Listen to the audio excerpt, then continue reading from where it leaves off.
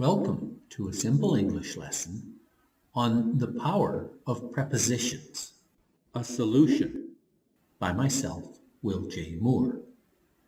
When you shake hands with someone, that handshake determines the relationship between the two of you. That's what prepositions do. This is a series of studies looking at how the preposition could be put to better use.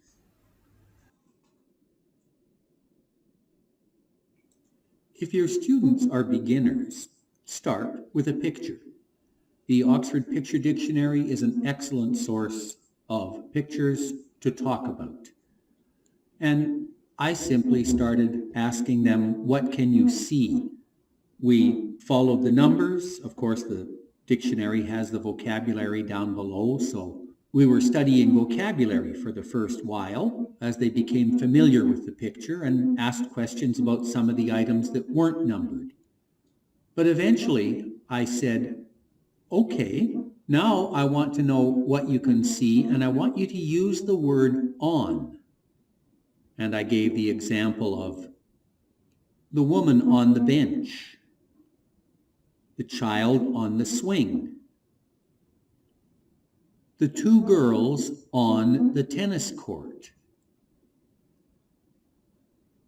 And once they got the idea that I wasn't asking for a sentence, I was just asking for a few words like a boy on a bike, things started to flow.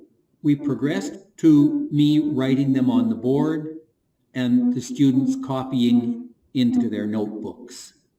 And once I had 5 or 10 examples for the preposition on, it was time to ask them to use another preposition.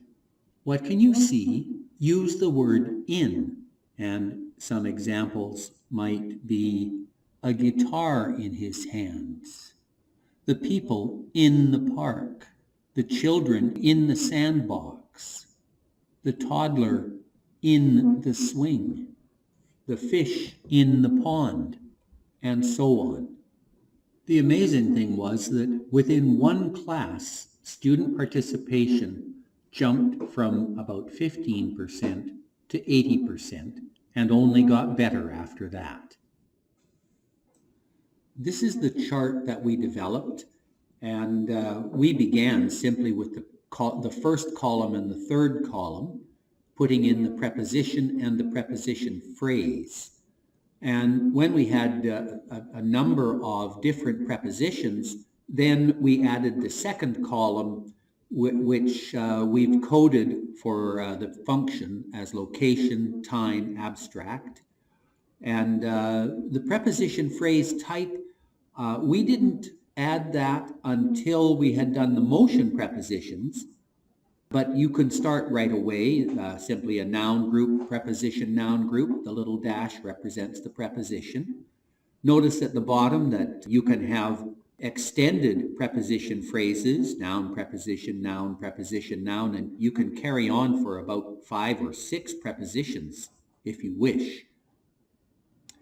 We then focused on adding adjectives to our phrases, and I had the students place them on the line above the phrase and mark with a little caret or a V where in the phrase it would go.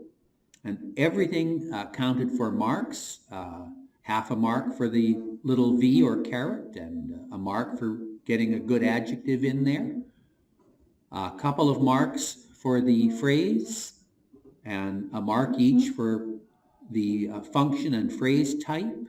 Everything can be marked, and the students understand, they learn very quickly. The only concession is with the determiners, which you can focus on later on. They sometimes get duck on a pond. If you get the duck on a pond, it gets tricky, and they make mistakes there. But other than that, everything is very clear. One very important activity I had the students do, once we had a number of different prepositions in our chart, was to keep another chart of the prepositions that we'd studied as to their function.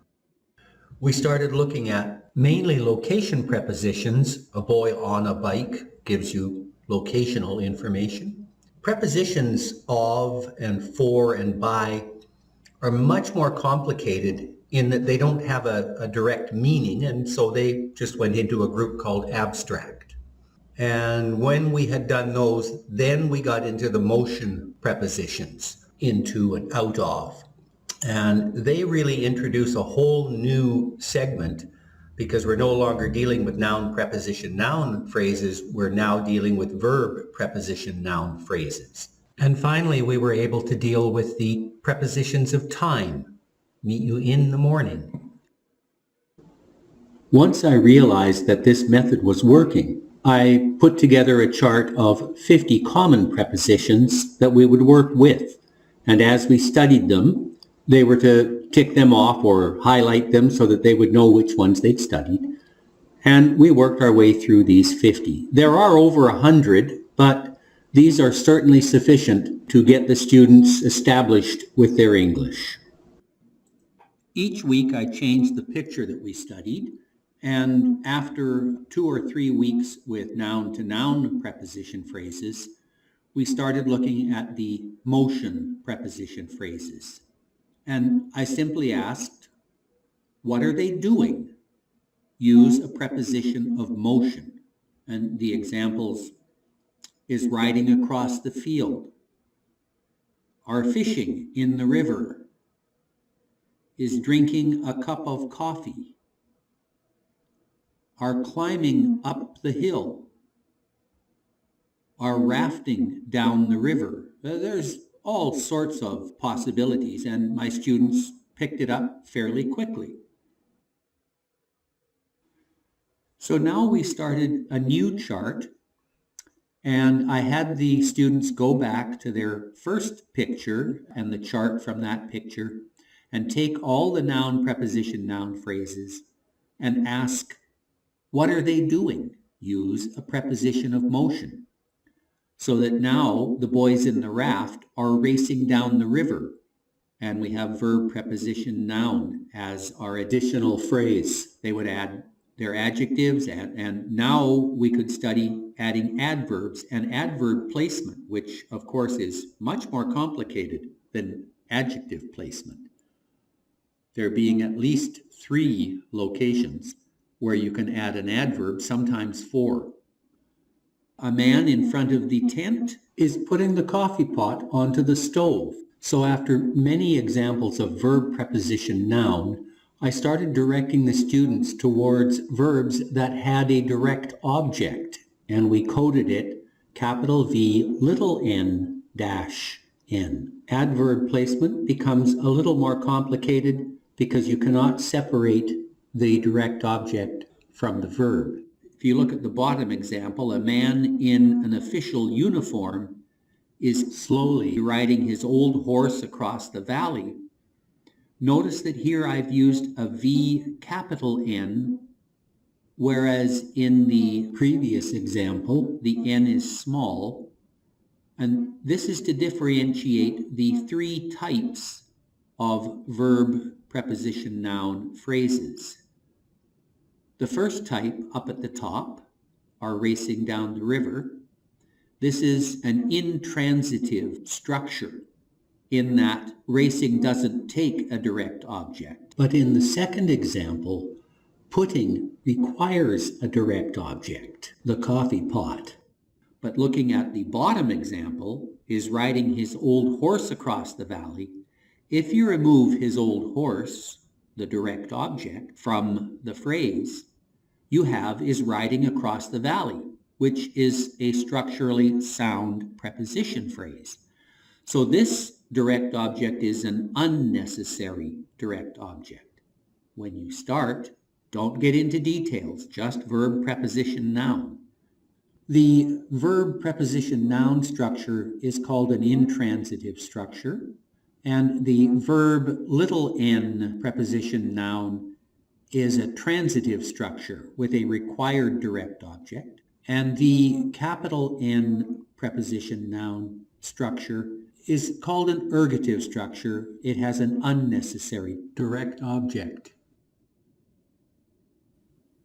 When your students have studied 4 or 5 pictures and have created many sentences of all 3 patterns, the intransitive, transitive, and ergative patterns, then it's time for them to start manipulating and creating variations on those sentences. So in another exercise book, they should begin to take their intransitive sentences and create the variations, such as the ones you can see here. Of course, creating the variations for the transitive sentences will be much more difficult because the verb has to have a direct object. There's also the factor of moving the adverbs around, or simply omitting different parts of the information, or adding other information. When they practice the ergative sentence variations, it's important for them to be reminded that the direct object is an unnecessary direct object, but that its inclusion adds information. It's simply not necessary to the structure of the sentence, whereas with the transitive sentences, the direct object is necessary for the structure of the sentence to be correct. Beyond studying pictures, have your low intermediate students study short texts. Once they've read the text through and learned the vocabulary, have them highlight the prepositions first. Then, after checking, highlight the verbs and nouns that the prepositions connect. And then on a new worksheet, have them identify the preposition phrase types. They should also look for things like direct objects or phrasal verb particles, or perhaps for clause connectors. Beyond the initial identification of preposition phrase types and how to connect them, the grammatical concepts which can be taught and practiced through preposition study involve subjects, which are the central focus of communications, appositives, second noun groups which more positively identify the first, relative and adjective clauses, which provide more information about nouns, predicates, which provide information about the subjects, direct objects, the receivers of actions, indirect objects, additional information about the object, participial phrases, additional actions by one or more actors in a sentence, and adverb clauses, more information about actions.